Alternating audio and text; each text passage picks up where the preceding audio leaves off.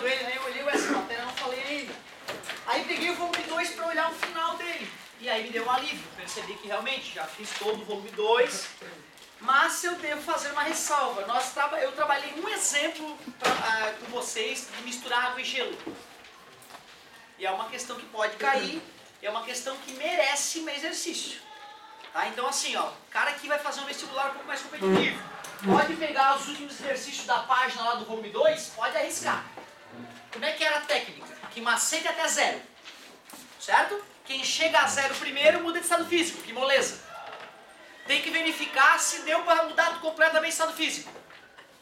Mais um que macete em quem mudou de estado físico, a temperatura final tu deixa em aberto. Soma tudo, igual a 0. Certo? A técnica clássica é essa. Seria legal tu arriscar um ou outro e me pedir, professor, corrija o exercício tal que eu tentei fazer e não fechou. Seria legal, seria muito importante fazer isso. Mas também não adianta eu ficar fazendo vários exemplos para vocês, tá? Isso não vai te ajudar. Tenta usar como exemplo aquele primeiro que eu dei. Última página do volume 2, arrisca exercício, vem no apoio ou na própria aula, professor, faz tal exercício que eu estou com dúvida. Vai ser um grande prazer. Cara, as notícias são boas. A matéria que nós vamos trabalhar agora é uma matéria light comparada com o que a gente estava vendo. Não vai ter grandes cálculos. Diagrama de fases é essencialmente teórico. E é bem simples de entender. Eu queria que me acompanhasse aqui, que nós vamos ter que fazer uma daquelas nossas experiências virtuais para ficar bem palpável o que vai acontecer aqui. Quando me apresentaram esse gráfico, eu vou te mostrar, que tem o nome de diagrama de fases, eu não entendia de onde é que ele vinha. Eu sabia responder as perguntas, eu sabia me virar, mas eu não filosoficamente, eu maluquice é essa? Vamos juntos aqui então. Vou fazer um gráfico da pressão versus temperatura de um objeto qualquer. Só que eu vou usar um equipamento muito ninja para fazer esse gráfico. Eu vou usar um equipamento onde eu posso variar a pressão e a temperatura do jeito que eu bem entender. Tem dois botões lá, P de pressão, T de temperatura. Gira para a direita é mais, gira para a esquerda é menos. Grandes. Aí tem um blindex, ó, pode olhar dentro do equipamento. Vou pegar uma substância qualquer e vou jogar ali dentro. Está ali a substância. Um objeto. Quero começar a fazer um gráfico aqui, ó, desse cantinho aqui. Como eu acabei de fechar o blindex, a pressão ali dentro é a pressão atmosférica e a temperatura é a temperatura ambiente. Hoje, friozinho lá, quase uns 20 graus. Eu quero começar de uma temperatura próximo do 0 Kelvin e numa temperatura, numa pressão bem baixa também. Logo,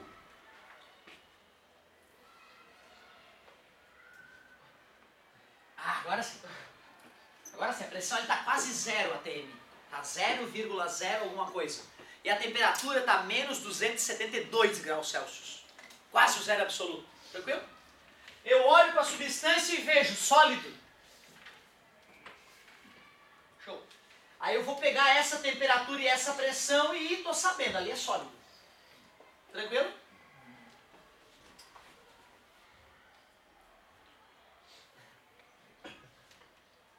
Sólido.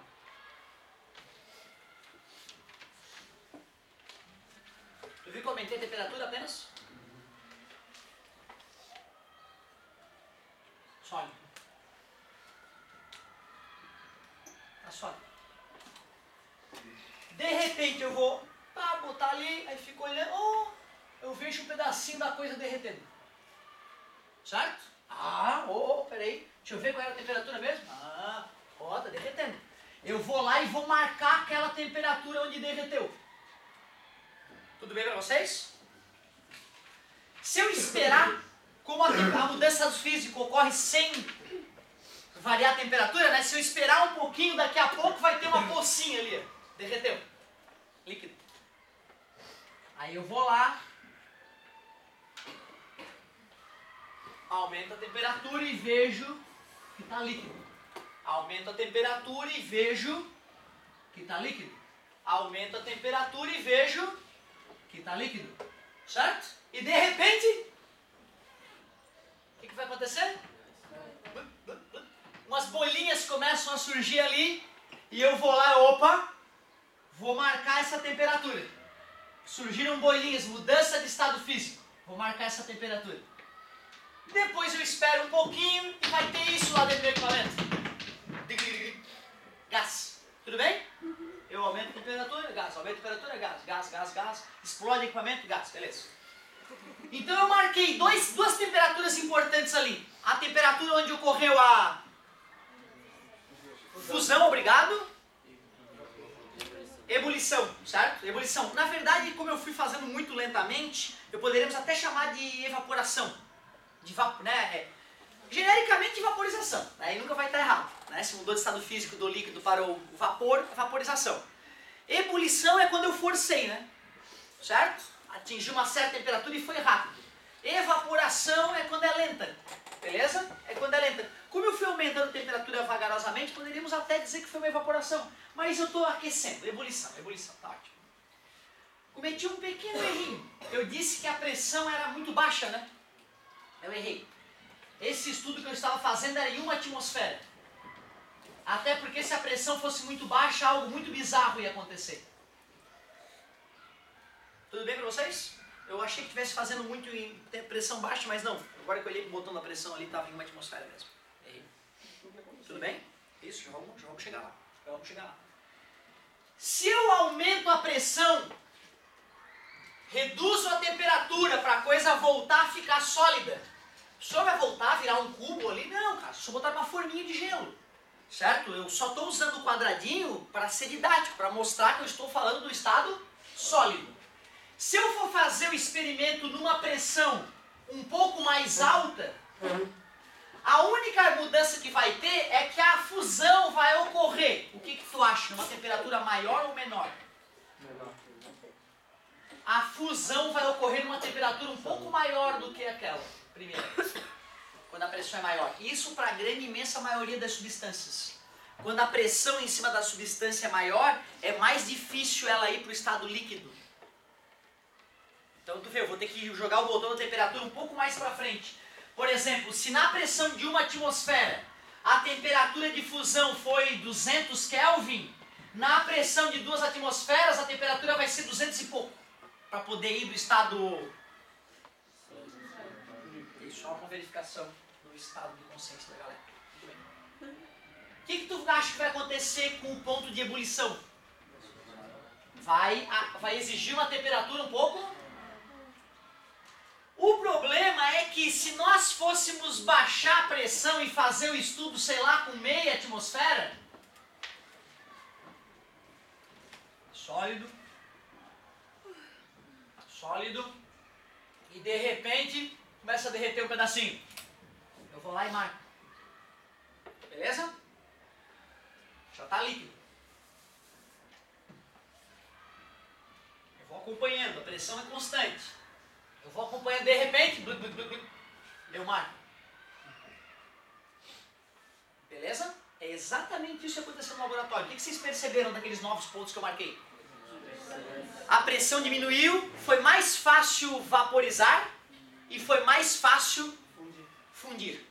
Na ordem contrária, né? Foi mais fácil fundir e foi mais fácil vaporizar. Concordam? Outra coisa que chamou atenção a esses pontos se aproximaram. Logo a faixa de temperatura da fase líquida encolheu, né? A possibilidade de termos líquido encolheu para aquela substância específica que eu estou analisando, não sabemos ainda qual é. Cara, à medida que eu vou reduzindo e faço o mesmo estudo, pego a coisa no estado sólido bem fria e vou esquentando. Chega uma hora que eu me espanto. Chega uma hora que eu marco ali a temperatura de fusão e dou só uma mexidinha no botão, já vira vapor. Deu meio grau só, cara. Eu aqueci um pouquinho, derreteu. Eu só girei um pouquinho o botão, meu Deus, gás. Que merda é essa? Agora eu tô curioso. Agora eu quero saber o que acontece quando a temperatura é bem baixa. Quando a pressão é bem baixa, perdão. Quando a pressão é bem baixa, está lá no estado sólido. E de repente, meu amigo, do estado sólido, em vez de tu ver uma pocinha de líquido brotando, tu vê uma fumacinha saindo do sólido. E tu fica olhando e como um passe de mágica, aquela coisa sólida se transforma em uma nuvem de gás, sem uma gota de líquido. Porra, que viagem! O outro ponto desapareceu. Tu viu? O outro ponto desapareceu. Não tem mais 2 pontos agora. Só tem um ponto. O estado líquido deixou de existir a baixa pressão. O estado líquido não existe em qualquer situação. O estado líquido é uma situação especial aqui na Terra. A Terra tem a pressão adequada para o estado líquido das substâncias existirem. Olha que loucura. Certo? Uma das coisas que a gente vê hoje para ver se um planeta tem chance de abrigar vida é ver qual é a massa daquele planeta para saber a aceleração da gravidade, para saber a pressão atmosférica dele. E aí com a pressão atmosférica a gente verifica se a água pode estar líquida ou não. Se não tiver líquida, água líquida, meu querido, a chance de vida cai drasticamente. Certo? Que loucura, sorte a nossa, hein? Depois tu brinca de liga-ponto, que nem tu fazia desde criancinha.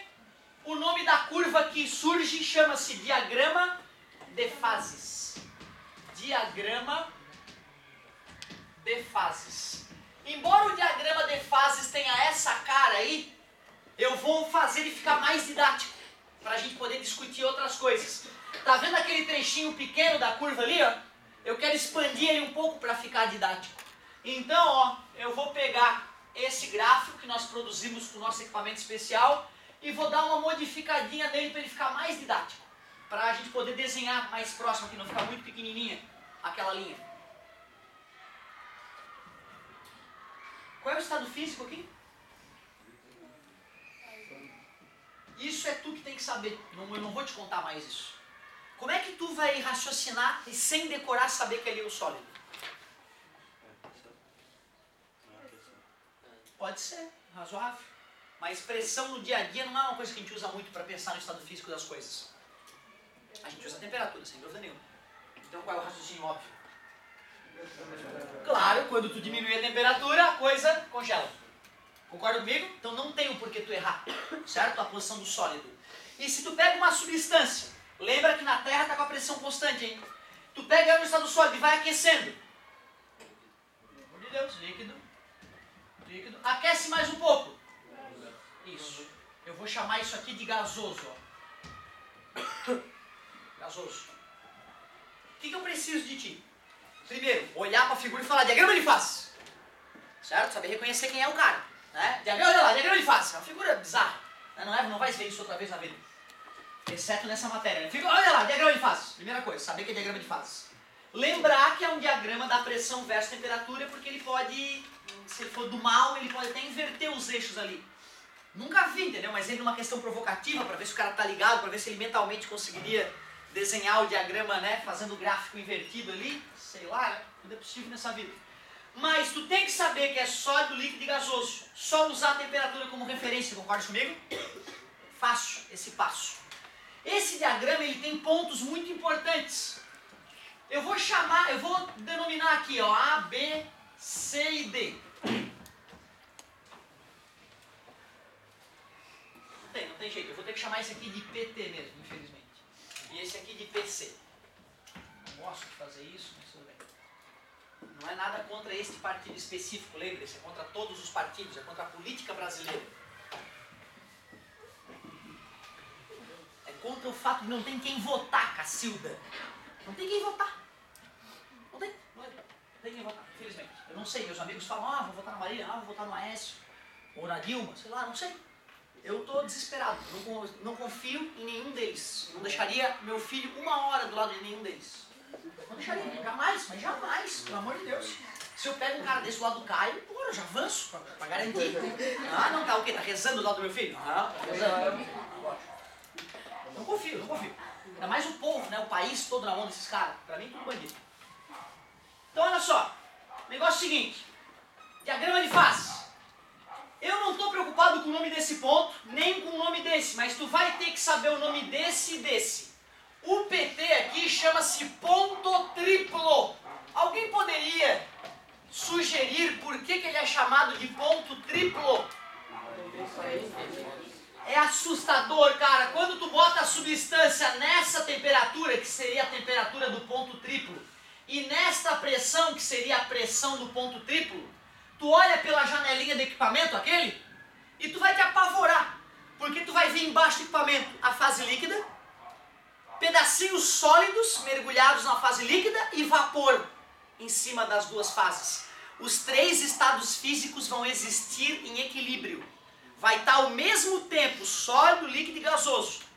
Na hora que me falaram isso, eu duvidei. Até parece. Aí vai ter água, vai ter gelinho e vai ter vaporzinho d'água. E tu pode deixar ali para sempre, que vai ficar sempre assim. Não vai terminar, nunca vai terminar de derreter todo o gelo, nunca vai acabar todo o vapor e a água nunca vai deixar de ter uma parte líquida.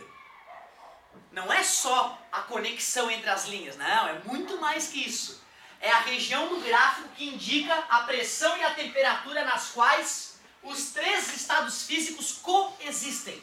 Existem ao mesmo tempo. Bizarro isso, né, cara? Interessante saber que Deus criou uma temperatura e uma pressão em que isso acontecesse para os criacionistas. Ponto triplo. Nome justo, hein? Eu ainda acho mais legal, eu vou te confessar, o ponto crítico. PC. Ponto crítico. Temperatura mede o grau de agitação das moléculas. Pô, uma hora o grau de agitação delas é tão pequeno que as forças intermoleculares mantêm as moléculas agarradas. Elas continuam vibrando, mas agarradinhas. Aí tu tenta mexer nelas e solta elas, voltam para o lugar delas. Por isso que o sólido tem a sua forma definida. À medida que a vibração vai aumentando, chega uma hora que elas estão tão vibrantes que elas não conseguem mais dar as mãozinhas. As ligações intermoleculares não são suficientemente fortes para manter o líquido, as moléculas coesas. As moléculas já podem deslizar umas sobre as outras. É a fase líquida. Tu mergulha essas moléculas num recipiente, elas escorregam umas pelas outras e adotam o formato do recipiente. Já percebesse? O líquido é assim, né? Não importa qual é o formato da jarra de suco da tua casa. O suco fica no formato da jarra. Beleza? Chega uma hora que tu agita tantas moléculas que elas não conseguem mais nem ficar encostadas uma na outra. Elas ficam batendo uma na outra e quicando. Por isso eu faço... Nessa hora fica bizarro o estado físico. Os gases só aceitam ficar no volume se estiverem aprisionados. Porque se tiver um buraquinho, ele vai escapar por aquele buraquinho tentando ocupar todo o espaço disponível. Aí não custa perguntar por que a atmosfera terrestre não vaza para o vácuo do espaço sideral como um grande pum. Gravidade. É a gravidade que mantém a atmosfera, né, na Terra. Por isso que eu falei que saber da massa de um planeta, a gente acha a aceleração da gravidade e se tiver uma camada de gás lá nele, a gente descobre a pressão atmosférica. Antes do homem chegar a Marte, nós já sabíamos a pressão atmosférica de Marte. Calculando daqui, bicho. Olhando daqui, fazendo as contas e bateu certinho. Isso é o poder da física e da matemática, né? Prever o futuro. Isso é fantástico. Por isso que eu sou viciado nessa matéria. Então, ponto crítico. Chega uma hora que a temperatura é tão alta que mesmo que tu espremesse essas moléculas, elas jamais vão voltar a se agarrar. Mesmo que tu usasse toda a pressão do universo, elas já não voltariam mais a se agarrar. O que eu estou te dizendo é que quando a temperatura de uma substância fica acima da temperatura, só o estado gasoso existe. Por isso que a linha é interrompida ali. A linha é interrompida ali porque aqui é o estado gasoso, porque passou da temperatura crítica. Então eu posso até fazer uma pontilhada que continua aqui, ó. Meu querido, passou dessa temperatura, tu pode espremer à vontade, pode aumentar a pressão infinitamente. Vai continuar no estado gasoso. Beleza? Ó, isso é tão importante que os físicos dão o nome de vapor, o que está abaixo do ponto crítico, e de gás, o que está acima do ponto crítico. Tamanha a importância. Resumindo, um vapor é o estado gasoso que, aumentando a pressão, ou mais o estado gasoso que chamamos de gás, por mais que tu aumente a pressão, jamais voltará a ser líquido, a menos que tu baixe a temperatura. Claro, é um gás, baixou a temperatura, vira vapor, espreme e vira líquido ou sólido. Tu imagina que loucura tu espremendo uma coisa em forma de gás e ela, em vez de ficar líquida, ela solidifica. Bizarro, né, cara? Assustador. Existe. Existe, tu usa no teu dia a dia direto essa substância. Não essa transformação que é chamada sublimação. Não essa transformação, né? Mas o amigo até no começo da aula estavam discutindo ali, né? Tem uma fotinha de naftalina, né? Certo? Beleza? A naftalina é um grande exemplo, né? Tu vê, a gaveta não fica babada de naftalina quando tu bota a naftalina lá, né? Uma boa naftalina. Ela vai deixando o cheirinho, certo? E vai desaparecendo, vai encolhendo com o passar do tempo, né? Mostrando que ela está indo do estado para o estado gasoso. Logo, eu percebo que para a naftalina, a temperatura ambiente, né? Ela fica abaixo da temperatura do ponto triplo, né? Concorda comigo? Porque a naftalina no nosso dia a dia está cruzando essa linha, né? Olha que interessante, uma pergunta interessante a fazer. Podemos afirmar, verdadeiro ou falso? Podemos afirmar que a naftalina, a temperatura ambiente, né? Ou a temperatura ambiente para a naftalina é menor que a temperatura do ponto triplo, né? Não crítico, né? Triplo, certo? É isso aí, show de bola. Outra coisa curiosa que o diagrama de fases nos lembra. Como é o nome daquela coisa que vocês usam para cozinhar em casa? Panela, é verdade, mas a substância... Não, falou absolutamente certo, pelo amor de Deus. É gás, certo? Gás de cozinha. Vocês sabem o nome técnico dele? GLP. Vocês sabem por que a sigla é essa? Gás liquefeito de petróleo. Petróleo. Esquentaram petróleo, pegaram o gás mais leve do petróleo e botaram em botijões para levar para tua casa. E eu não custa falar, é claro que é muito mais papel do químico falar isso, tá? Mas eu não resisto, é tão legal isso. Então assim, tu pega petróleo e esquenta, certo? Bota o foguinho aqui embaixo e tu bota uma super chaminé com várias bandejas aqui, ó. Uma mega chaminé com várias bandejas. À medida que o petróleo esquenta e vaporiza, as coisas mais leves vão lá para cima, né? O CH4 metano, CH2 etano, CH6, perdão, C3H8 propano e até butano, que seria o...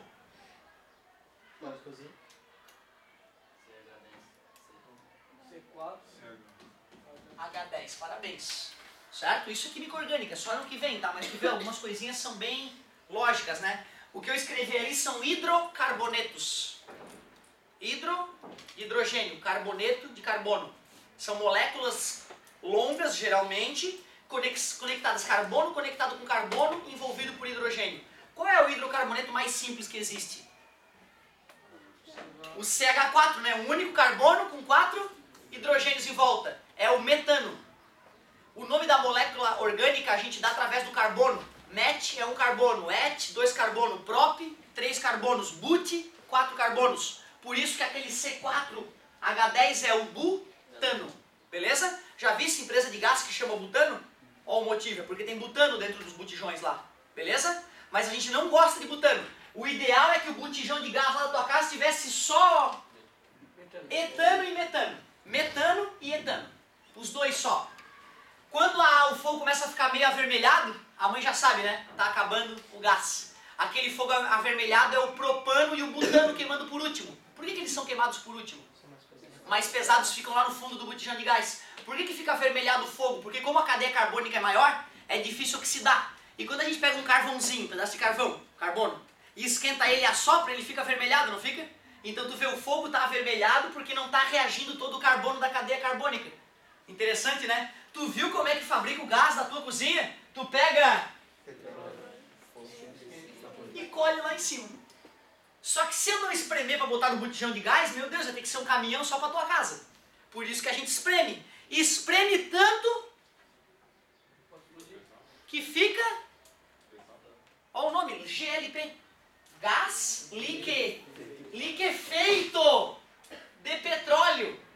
Gás liquefeito de petróleo. Era um gás que foi até ficar pequenininho, botar no botijão e levar para tua casa. Sacode o botijão lá, tá vendo? Tem um líquido lá dentro. Ou melhor, olha o isqueiro. Não fumem, mas olha o isqueiro, transparente. Tu percebe que ele está líquido, não é? Aperta o botãozinho, sai gás.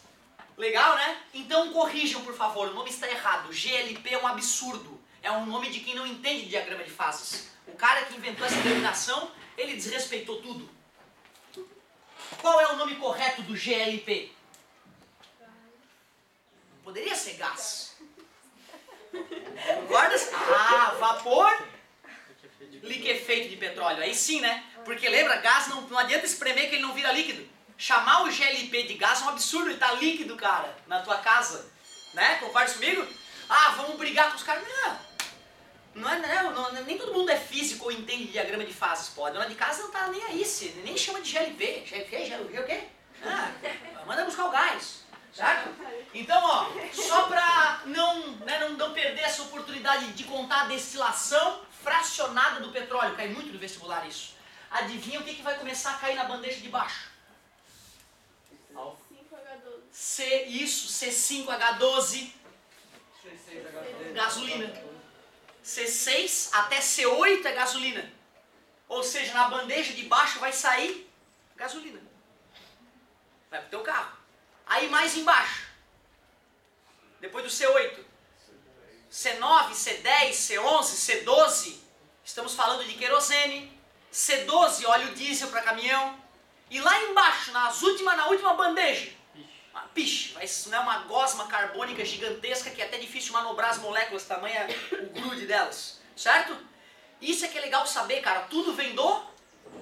Aí vai sair plástico depois, né, de algum dessas bandejas, tu bota para a indústria, ele processa mais em outras máquinas e vira o plástico, etc e tal, graxas, óleos, lubrificantes nas bandejas de baixo, última bandeja, piche.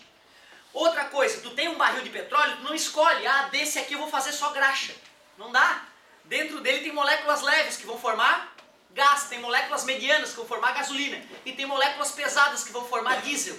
Esse é um problema do Brasil. O Brasil tem bastante petróleo, mas o petróleo do Brasil é leve. Ou seja, é bom para fazer gás. Petróleo pesado é bom para fazer as coisas mais pesadas, combustíveis tipo diesel. E o combustível que o país mais usa, diesel, por causa das rodovias, né? Toda a comida que tu come vem de caminhão pro supermercado. Um absurdo. E aí, então tu vê, né? A gente é dependente de diesel, apesar de ter petróleo suficiente. A gente tem que vender petróleo leve nosso, comprar petróleo pesado deles para poder fabricar diesel suficiente. E é por isso que não é proibido o carro diesel.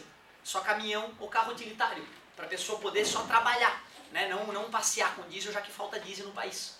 Interessante, né? Saber por que o argentino vem com um carrinho a diesel que faz 20 por litro de diesel, certo? Humilha o nosso GNV aí. E o motor vai durar muito mais, né? Então a população acaba ganhando, né, essa qualidade que o motor diesel tem, durabilidade, confiabilidade, economia. Porém, o diesel é um pouco poluente. O nosso diesel que é rico em enxofre. Aí estamos tentando melhorar o nosso diesel, S10, né? Mas ainda não estamos tão aprimorados nisso. Eu ia perguntar qual é a diferença do diesel normal para o S10. Quantidade de enxofre. O enxofre, ele, além de deteriorar o motor, ele é liberado na atmosfera, né? Como ácido sulfídrico, que pode gerar chuva ácida, etc e tal. Resumindo, a fumaça do carro é cancerígena, né? Certo? Então a gente tem que tentar filtrar isso. E um dos responsáveis é o enxofre. O diesel brasileiro tem muito enxofre. É um dos resultados do processo de filtragem e de purificação do diesel. E aí então estamos tentando reduzir essa quantidade de enxofre. O ideal seria espremer frutas oleaginosas, mamona, amendoim. O motor diesel foi inventado para usar óleo de amendoim. Tu espreme amendoim, sai um óleo dele, tu bota no motor, toca a ficha. Imagina, sai aí cheirinho de amendoim queimado com esse cara. Certo? Óleo de soja, dá pra usar isso tudo. O problema é onde é que nós vamos plantar tanta amendoim, tanta soja, tanta mamona para espremer e gerar óleo. Aí é o biodiesel. Biodiesel é que vem de alguma oleaginosa espremida. Beleza? Como? Não, ele lubrifica bem o motor, ele rende tão bem quanto o diesel, rende menos economicamente, eu concordo. É antieconômico tu plantar uma quantidade gigantesca de soja e espremer para usar no carro. Mas tu vê que legal, o cara que tem um carro diesel, ele pega o óleo de soja da cozinha, bota no tanque de combustível, vai embora. Se estiver na temperatura adequada, né, vai embora. Pega óleo frito, sujo, de restaurante. Tem um americano lá, ele gosta de fazer isso para provocar a galera. Ele filtra na calça jeans dele, joga no motor, toca a ficha. Tem um cara da UFSC que rodou o Brasil inteiro, passando nos restaurantes, pegando óleo de soja frito, filtrando e botando na caminhonete diesel dele. Viajou o Brasil inteiro de graça, reciclando óleo de fritura de restaurante. Que viagem, né, cara? Então a tecnologia diesel é muito importante para a gente poder aproveitar melhor os combustíveis. Acabou minha aula? Yeah! Tem uns detalhezinhos para te contar aqui, meu querido.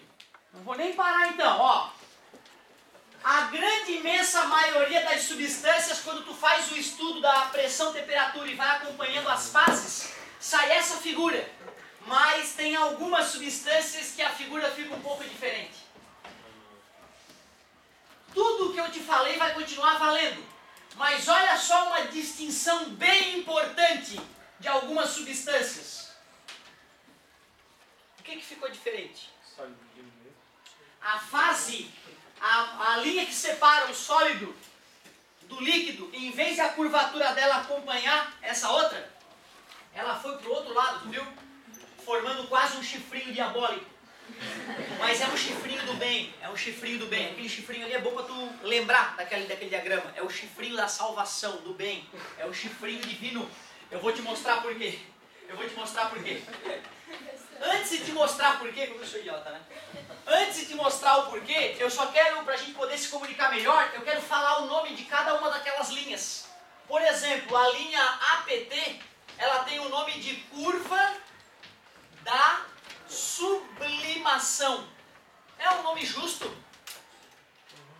É, né? Porque ela separa o sólido do gasoso, que é justamente a transformação que a gente chama de sublimação, não é? Por esse raciocínio, o PTC, a curva PTC receberia que nome? Legal, pode ser da solidificação ou então da fusão. Essa aqui poderia chamar da curva da ressublimação, não estaria errado, certo? Fusão. É mais comum a gente usar o nome dela aumentando a temperatura, entendeu? E não curva da solidificação, mas não é errado chamar ela de curva da solidificação, é só pouco comum, beleza? Usando esse raciocínio, falta o nome da curva PTPC, pelo amor de Deus, que partido seria esse, meu Deus? Então, curva da vaporização. Professor, não seria melhor a curva da ebulição? Não, acho que vaporização é genérico, né? Curva da vaporização. Qual curva sofreu grande modificação nesse novo diagrama que eu estou te apresentando? A APT, né? A curva... Não, desculpa. PTC. A curva da fusão sofreu modificação, né? Beleza? Eu só sei falar de duas substâncias puras na natureza que tem esse diagrama. Devem existir mais. Mas eu só sei falar da água e do ferro. Ferro fundido. A água e o ferro são duas substâncias que têm aquele diagrama de fases. E é só por isso, pelo diagrama de fases, na verdade é o seguinte, o diagrama de fases ter aquela cara para a água, é só um indicativo de algo bizarro da água que nós já estudamos. A dilatação anômala. As substâncias que dilatam anomalamente vão ter o diagrama de fases daquele jeito. Qual era a dilatação anômala da água? Tem uma certa faixa de temperatura que a gente aumentava a temperatura, em vez de ela dilatar, que é o esperado, né? Ela dava uma encolhidinha a 4 graus. A 4 graus é quando a água tinha o seu menor volume possível, né? Aí sim, acima de 4 ela dilata normalmente. Mas, por exemplo, se eu vou de 0 até 10, quando vai de 0 para 1 ela esquenta. Em vez de dilatar, encolhe, safada. De 1 para 2 ela esquenta. Em vez de dilatar, encolhe mais ainda. E encolhe de 2 para 3, de 3 para 4 ela dá a última encolhidinha. E aí depois ela volta a dilatar. Esse fenômeno está intimamente ligado com a vida na Terra, lembram? Porque se a água não dilatasse anomalamente, os oceanos congelariam. Exatamente. E é por isso que dá para patinar no gelo. Mentira, patinar no gelo não, eu te expliquei, né? Nunca patinaremos no gelo. Não existe patinação no gelo. Ou existe? Existe ou não existe patinação no gelo? É uma piadinha tosca. É óbvio que já viu alguém, né? Patinando no que parecia ser gelo. Mas é mentira. Debaixo do patins tem água. Debaixo do patins tem água. Gelo não escorrega. Escorrega é água. Quando o gelo está na fase... O patinador pisa no gelo com uma lâmina, fazendo com que suba, e mesmo com a pista abaixo de 0, embaixo da lâmina onde ele pisa não tem gelo, tem água líquida e ele desliza na superfície da água. E se tu fica olhando, logo depois que ele passa, tu vê a marquinha d'água congelando de novo. É o chamado regelo. Tu pega o gelo, espreme, ele vira água líquida. Tira a pressão, ele volta a ser gelo. É justo, né? Chamar de regelo. Concorda comigo? Certo? Então tu vê, na verdade, patinação no gelo não existe fisicamente falando. O que existe é um cara pisando numa pista de gelo e ao pisar na pista de gelo com uma lâmina suficientemente fina, gera uma lâmina de água e ele desliza graciosamente sobre a lâmina de água. Não satisfeito, dá 3 piruetas, cai num pé só de costas. Que é absolutamente revoltante para uma pessoa normal, né? Certo? É assustador. Não satisfeito, às vezes vão em 2, né? Aí o cara vai, joga a guria, e uma marionete pra cima, ela gira e cai patinando. Um pé só. É assustador, né? Sempre me revolto pelas apresentações. Ô galerinha, olha só. Esse diagrama de fases é fácil de reconhecer ele justamente por essa curva vindo pra cá, ó. Eu peguei uma pista de álcool solidificado e vou tentar patinar nela. O álcool está sólido.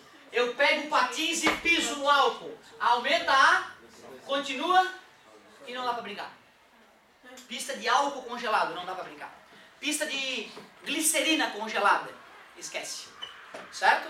Então, se tu for pegar uma substância que não seja água, congelar e tentar patinar sobre ela, não dá. Pista de ferro, adorei. Por que não ia funcionar se era na pista de ferro? A pressão deveria ter que ser muito maior para acontecer o fenômeno. Em compensação, o ferro é o assassino de estrelas, lembra? Porque quando o ferro começa a ser gerado, como é que a tabela periódica foi gerada no interior das estrelas mesmo? Como massa. A hora que a quantidade de, por exemplo, hidrogênio acumulado era absurda na estrela, o hidrogênio lá do centro da estrela estava tão espremido que a própria eletrosfera entra em colapso e faz com que 2 átomos de hidrogênio se fundam, gerando um átomo de hélio. E aí as estrelas começaram a brilhar nesse dia, lembra? Certo? Se a gente continua esse processo, depois que o hidrogênio todo é transformado em hélio, a estrela começa a acumular mais e mais matéria. Chega um dia que o hélio lá dentro está tão espremido que vai fundir, vai gerar lítio e depois vai gerar berílio e depois assim vai, carbono e vamos embora. Toda a tabela periódica. O problema é que os caras faziam as contas para ver como é que gerava césio, como é que gerava materiais de peso atômico maior que o ferro. E as contas não fechavam. Aparentemente as estrelas não teriam massa nunca para gerar coisa acima de ferro. Eles foram estudar e perceberam que o ferro, quando está sendo gerado por fusão núcleo de uma estrela, ele em vez de encolher, à medida que ele é gerado, ele se dilata e se expande, arrebentando a estrela a partir do seu centro. E nesse dia que ocorrer a supernova, que é a explosão da estrela, as pressões do interior serão tamanhas que vai salpicar um pouquinho dos elementos acima do ferro na tabela periódica. Por isso que os elementos acima do ferro na tabela periódica são raríssimos, certo? Porque eles nasceram de explosões de estrelas de 3ª ou 4ª geração. Muito bizarro isso, né? Então, átomos de ouro, prata, ferro, metais preciosos, qualquer número atômico acima do... é raro. É raro pela maneira como ele foi gerado, certo? Muito bizarro isso, né, galerinha? Muito bom. Olha, cara, acho que dá pra gente detonar as questões de diagrama de fases com esse nosso bate-papo. O que eu gostaria que tu fizesse de exercício depois dessa discussão? Se quiser dar uma reforçada, tu lê de novo, a apostila vai contar a historinha, olha lá que bela patinadora. Fala da exceção, fala do regelo, olha que bonitinho. Ó que legal, não falei da experiência de Tyndall. Essa é uma experiência que rolaria na Feira de Ciência, ó. A experiência de Tyndall. Compra na peixaria uma barra de gelo no dia da feira, certo? Fio de nylon ou fio de arame, amarra 2 pezinhos, que nem lá na página 8. No final da feira, o arame vai ter atravessado a barra de gelo sem cortá-la. Ela vai continuar entre as 2 cadeiras intacta, com, claro, uma pocinha d'água embaixo, porque vai derreter um pouco do gelo. O fio de arame, ao longo da feira, vai ainda atravessando a lâmina de gelo, vai cair no chão uma hora, sem cortar a lâmina de gelo. Como que isso vai acontecer? Quando eu pego um pedaço de cadarço e boto no braço do amigo e puxo para baixo, vai pressionar o braço do amigo, né? Aliás, é possível que alguns de vocês já tenham até se cortado com corda. Né? Se o cara vai em cabo de guerra, por exemplo, enrola na mão, né? Que é uma coisa que não se deve fazer, pode espremer a mão, né? Drasticamente, concordam comigo? Então, fazendo essa experiência, quando eu colocar um arame bem fino e pendurar peso sobre ele, o gelo vai estar ali embaixo, eu vou estar espremendo o gelo, né? E o que acontece quando eu espremo o gelo? Vira água e o arame não vai boiar na água, ele vai afundar na água. Só que quando essa água for para cima do arame, a pressão que ele fazia desaparece, né? E aí ele volta a ser gelo. Por isso que o arame vai atravessar o bloco de gelo sem parti-lo. É uma experiência bem legal para mostrar tanto o fato de ao pressionar o gelo ele derreter, quanto o fato de tirar a pressão ele voltar a congelar. Então o regelo fica evidenciado nessa experiência. Então, ó, é uma dica bem legal, porque a gente já pode falar da dilatação normal da água, a gente já fala da importância da água para a vida na Terra, aí se quiser já fala um pouquinho da poluição da água, que é um problema grave, certo? Fala, meu querido. Dá pra calcular o tempo que o arame vai passar por ele? Daria, mas assim, empiricamente, porque fisicamente seria de tamanha complexidade isso que para o ensino médio ia ficar pesado. Porque assim, ó, para calcular isso a gente... Empiricamente é fácil, né? Eu vejo lá a espessura do gelo, acompanho durante meia hora, meço quantos centímetros afundou e por uma regrinha de 3 consigo fazer a previsão. Agora, fisicamente tem uma série de fenômenos envolvidos. Além da condução, da radiação, da convecção do ar na sala de aula, vai ter a espessura do fio, a condutibilidade térmica do fio. Pá, é bizarro. Acontecer, eu não teria competência, eu acho, para fazer a conta, a não ser que estudasse um pouco, certo? Então daria, fisicamente daria, mas empiricamente eu recomendaria fazer, se fosse o caso na feira, eu recomendaria fazer empiricamente. Daria um trabalho bem assustador de física, fazer uma previsão matemática do fenômeno. Parabéns pela pergunta, muito interessante.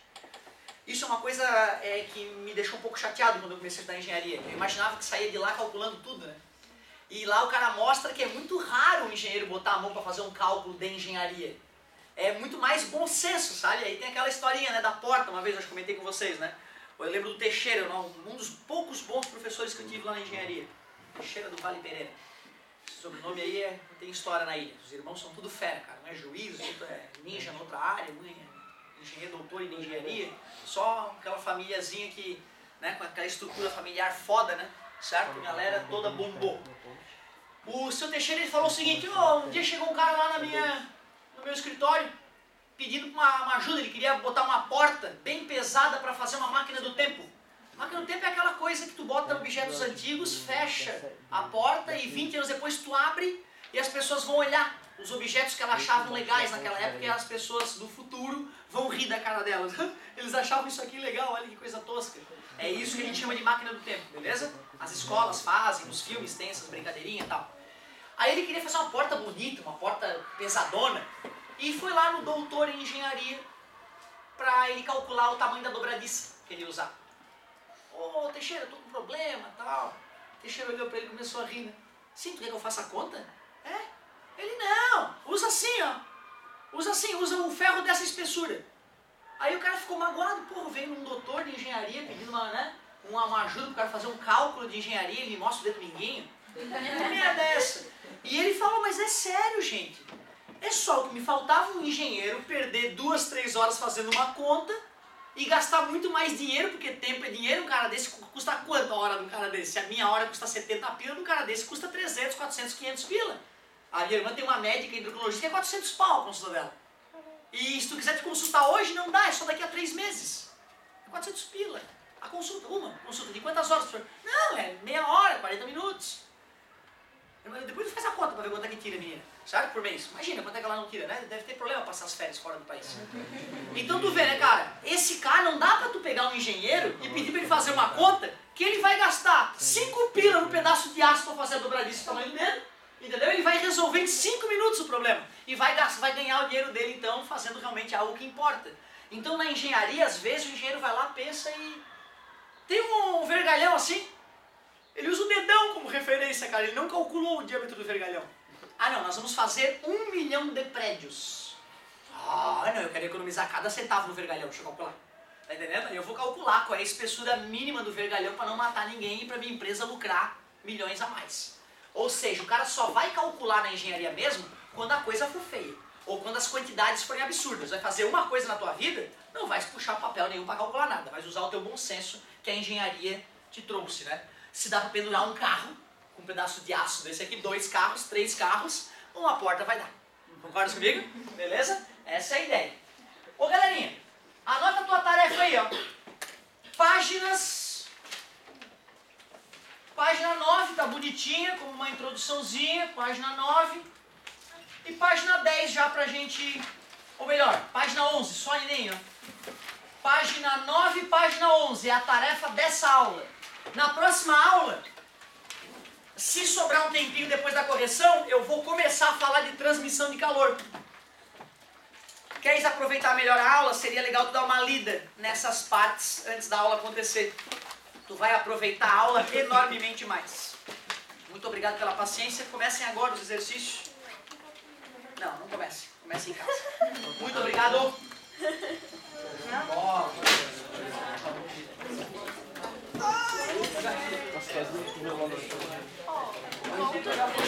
É tipo a carta.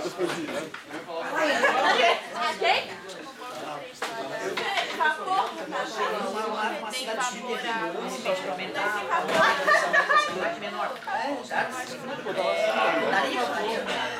Não tem problema de que a musculatura começa a enfraquecer. Mas chifre tem os 3 chifres. Começa mais a Mas isso aí Aqui no Brasil também, cara.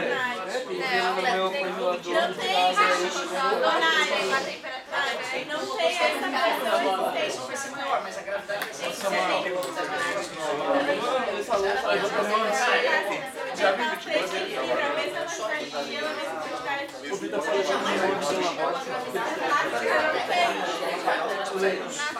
Mas escorrega, mas pior que escorrega. Quadrado assim,